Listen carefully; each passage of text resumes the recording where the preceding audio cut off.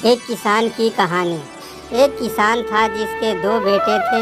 वह बहुत ही आलसी और निकम्मे थे। वह अपने पिता को कामकाज में हाथ बटाने के बजाय आलस किया करते थे, इधर उधर घूमते फिरते थे। किसान को अपने बेटे को बहुत फिक्र थी। वह सोचते थे कि मेरे मरने के बाद इनका क्या होगा, यह अपना पेट कैसे भरेंगे, अपने परिवार को कैसे संभाल पाएंगे।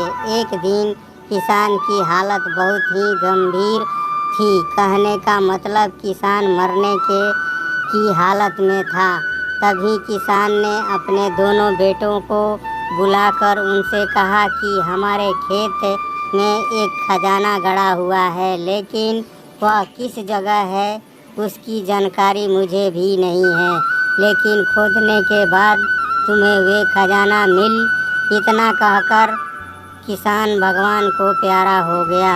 खजाने की खबर सुनकर दोनों बेटों के मन में लालच आ गया और वे दोनों खेत पर चले गए और खेत को खोदने लगे। खजाने के लालच में कुछ ही दिनों में पूरे खेत को खोदने के बाद वह घर जाकर बैठ गए और वह अपने पिता को कोसने लगे। इसी तरह कुछ महीने बीत गए और वर्षा ऋतु का आगमन हुआ।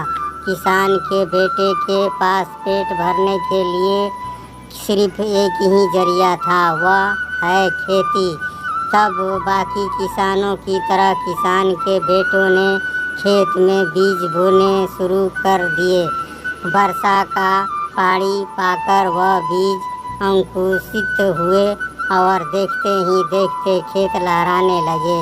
ऐसा लग रहा था कि हवा के झोंके से लहरा रहा था।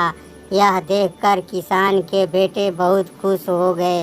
उनको समझ में आ गया कि परिश्रम ही सच्चा धन होता है और वह उसी तरह से अपने पिता के शब्दों का मोल भी समझ गए और अपने काम काज में लग गए।